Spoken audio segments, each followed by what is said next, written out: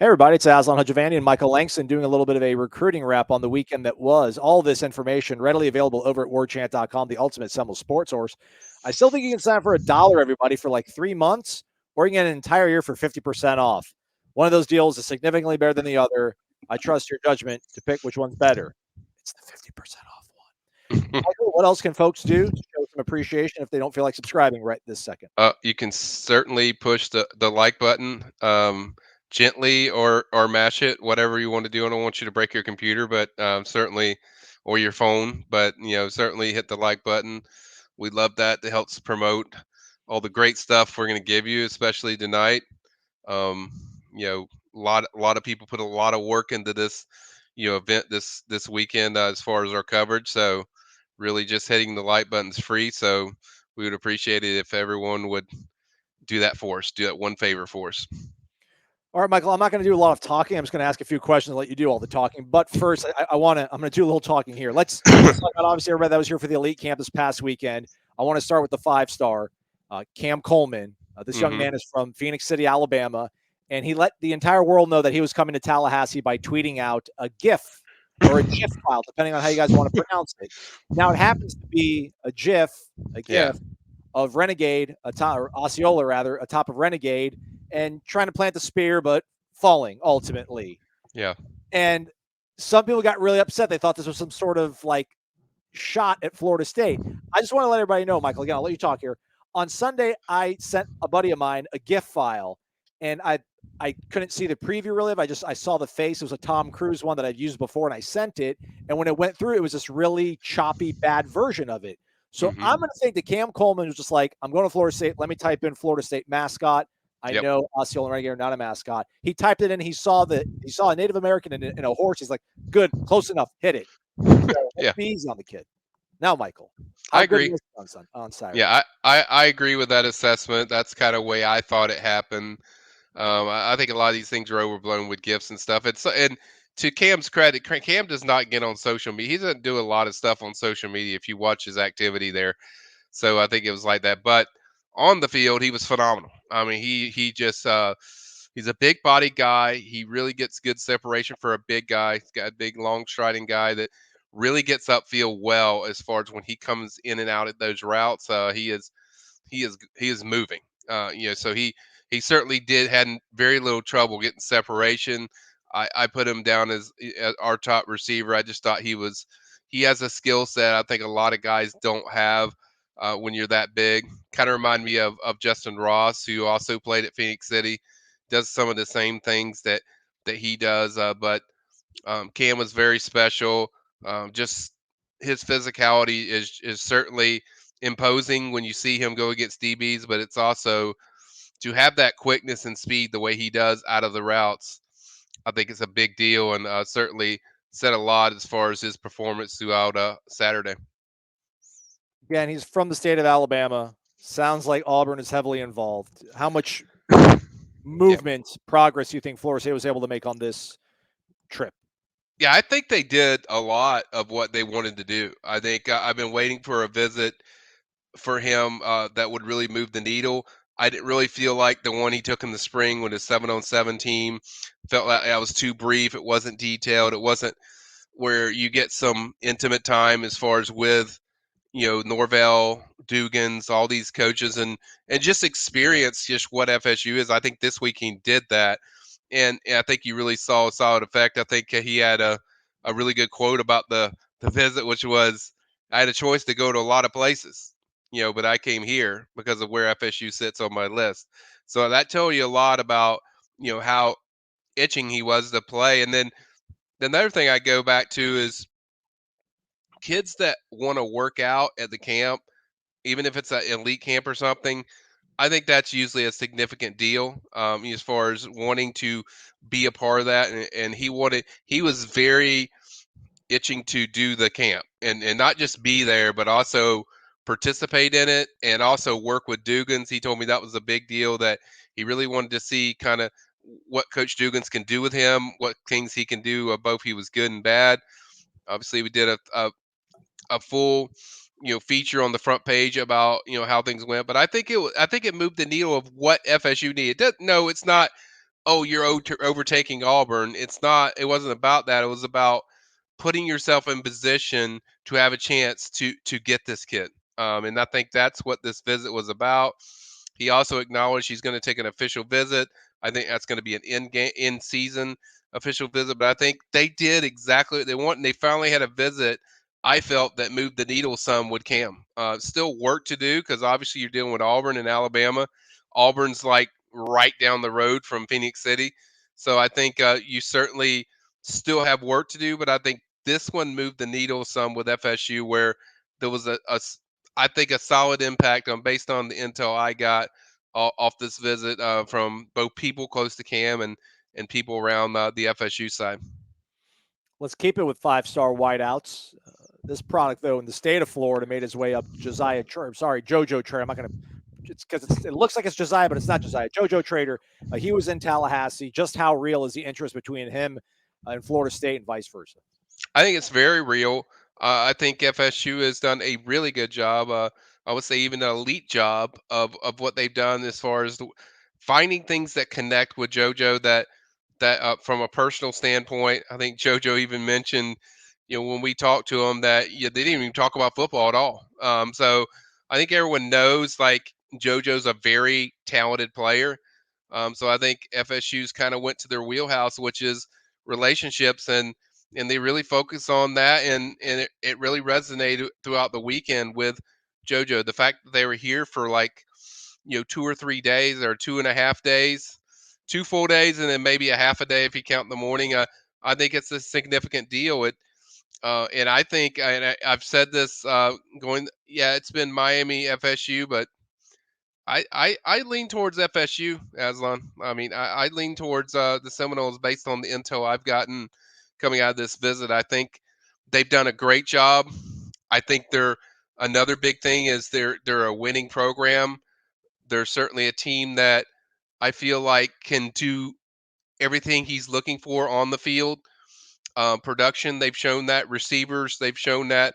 When you're adding talented transfers like Cam Coleman, and then you already have Johnny Wilson and some others there, I think he's noticed kind of what they're doing with the dynamics of the receiving room, and then too, they have an incoming quarterback that's one of the best in Luke Kromenhoek, who was also there this weekend working on him. So I think everything you put it together, I think it really just connected on this weekend's visit for JoJo, and I think they did a great job.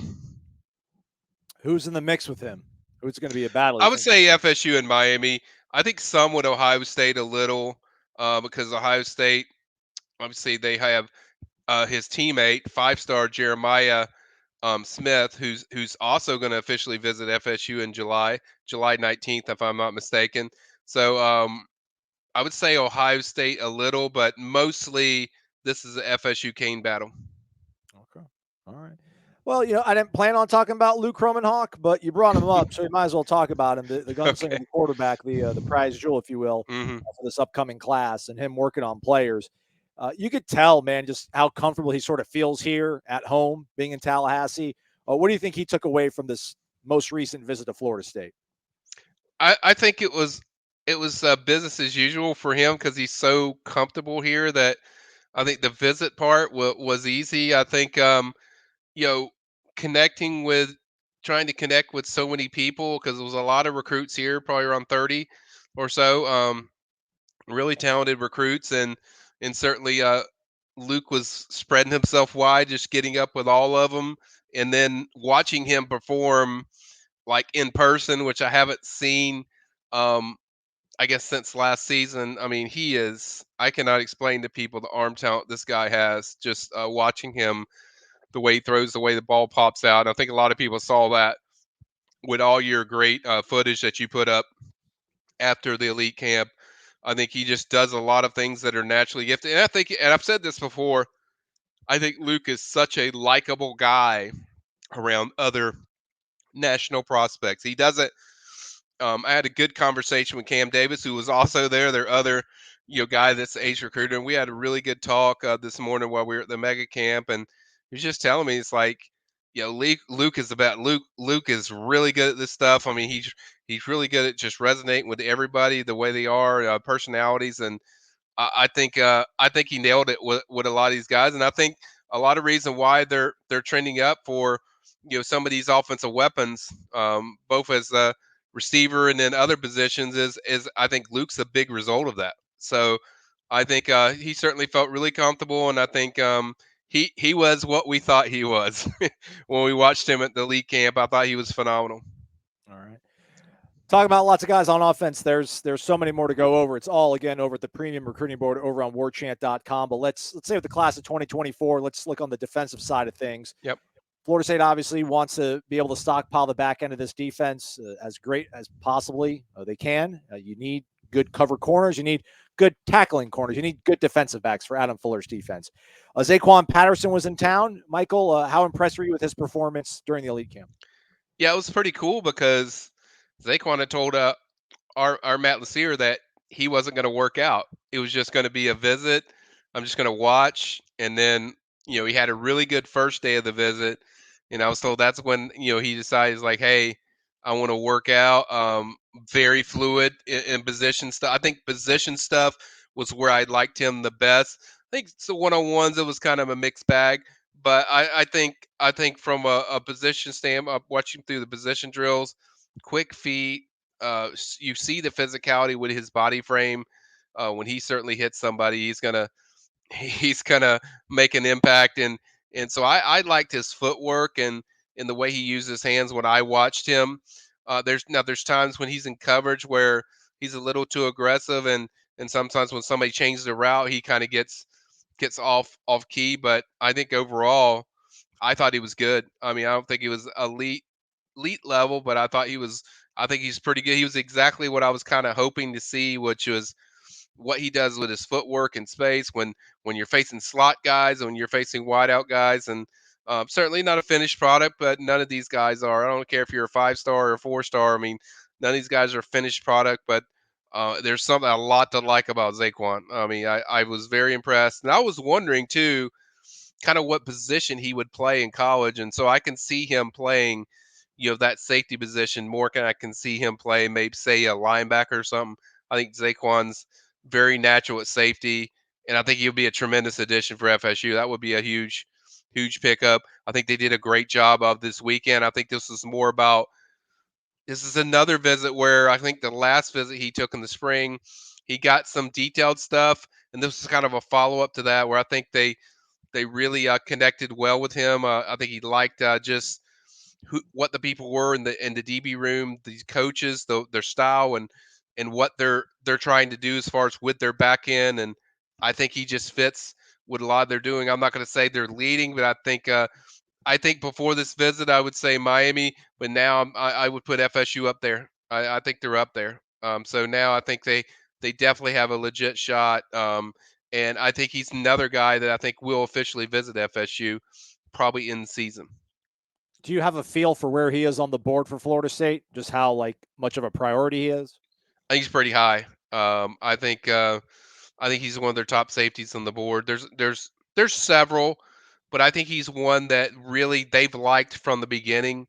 From the beginning, he's a name that we've heard consistently, and I think as the season's gone on and the relationship is built, we've seen more of Zaquan on FSU's campus. I think it wasn't about the skill. I think with him, I think FSU was pretty sold on what they saw, but I think it was more so the relationship and building. Like, hey, is there mutual interest here, or are we just doing all the grunt work and you're kind of interested? So I think that relationship is built and the interest is built as they gone on. But I think from a skill set, I think he's pretty high up there for FSU.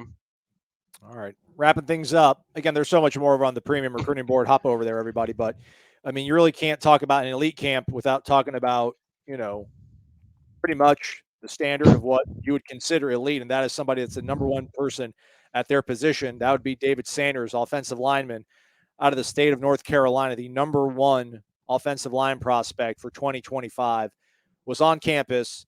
He was hanging out with Alex Atkins. Alex Atkins was teaching him. It looked really good, Michael.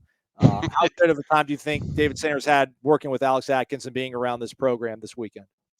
I think I had a really good time, and I always say when a high 4-star or a 5-star visits your campus, especially for a school like FSU, that's coming off one good season, that you're trying to build off that one good season. You want to have something that's unique. Well, the one thing they do have unique is, one, their culture, and then two, Alex Atkins. Alex is very unique. Alex did a great job as far as just the way he connected with the family. It was very genuine. It was straightforward. It was like, this is how we do stuff. Like, if you're about it, we're about it with you. But I think they laid it genuinely on the table, what they are, what they can do, what Alex has obviously done with developing players, and then two, getting to know him personally. I think that was the first thing that I'd heard that they did a really significant job, was they didn't really talk about football. It was really getting to know Alex Atkins as a person. And because I think FSU knew what David Sanders was. And by the way, this guy is a phenomenal kid. Matt Lassier was telling me about the interview and just raving about the way this guy handles himself. I think he does a lot of stuff outside of sports with his high school. So certainly does a lot of tremendous stuff. And then obviously he's a tremendous ball player. I think a cool moment in the elite camp was, the one that I think people caught on, video watching with, was when he didn't participate in the camp, but there was a lot of technique stuff that Alex was working with him, and he was showing him, footwork, and why this footwork matters in this play, and kind of showing the cause and effect when you do it right compared to when you do it wrong, and what can happen. And so I thought that was a really cool moment, during the league camp. But I think FSU had a really good weekend with David Sanders. I think that was exactly what they were hoping to build. Was, you're sold on what we're doing and where we're going as a program. I think that's FSU's perspective, but we also want you to be sold on what our program is. And I think FSU certainly nailed both of those things throughout the weekend. Talked about he can't wait to get back, and I think they connected on everything they were looking for this visit. Connection with the position coach, obviously connection with Norvell. That's there. He really liked him a lot. There wasn't time too many times during this visit that you didn't see a smile on David Sanders' face, and even a smile on his family's face, because I think they were very surprised. I would venture to say not many head coaches have greeted him in the parking lot the way Norvell did. So that's always something that I watch for first time visitors that have never experienced that. You can just see the reaction, that it's a small thing, but it's a big deal because it shows you priority wise. And it's like, hey, I'm not too big where I'm just going to sit my butt up in the second, third floor and wait for you to get here. I'm going to come down to greet you, because it's just, it keeps it very genuine and personable, and it's not just it's not just like, oh, you're here, we'll show you around, we'll show you stuff. So I think it's very unique, and you could tell just the way it influenced David throughout the visit. So I think they did a great job. Obviously, now the follow up visit is going to be the big key of, plus one, what FSU does during the season, because we know there's a lot of top teams that are involved with David. Clemson, Georgia, Alabama, Ohio State, all teams that are going to be involved. So the follow up visit for me is what I'm going to monitor. Like, what are their feelings? What is his comments and conversation about when it comes to the second visit? Because you want to hear more about the fit there, the family there, the home feeling there. I think the next visit, that's kind of what we're looking to see. All right, that's awesome. But who's going to commit? Any commits? Any commits? What Who's are we going to doing? commit? Commit watch. Give us something, Mike. Commit watch. Phew.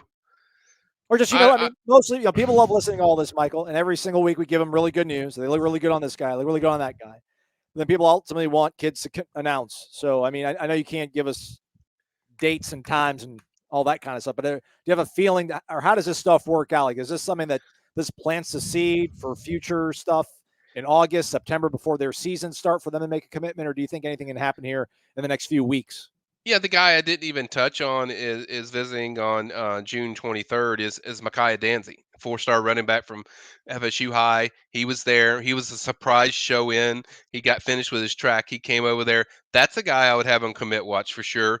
I think I think this set the, kind of, to your words, plant the seed with JoJo Trader. If he was picking today, I feel confident that it was FSU. But a lot of these visits, I think, were about really just putting yourself in position before the season starts. Because good portion of these kids, most of them are, a lot of them are 2025, and then two, the 2024 guys. I think most of them are probably waiting till during the season or later this summer, to make a decision.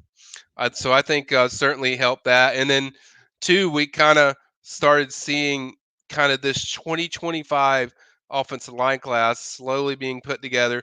Max Buchanan was another talented one out of Seminole. He played well. Solomon Thomas, another one, 2025.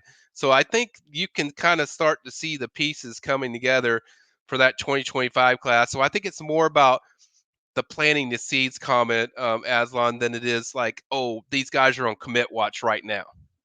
Gotcha. All right, man. Well, hey, we appreciate it. There's going to be plenty more over on the PRB, the Premium Recruiting Board. So stay connected to warchant.com, subscribe, go over there. Everything's waiting for you. Michael, thank you as always, man. You got it, bud.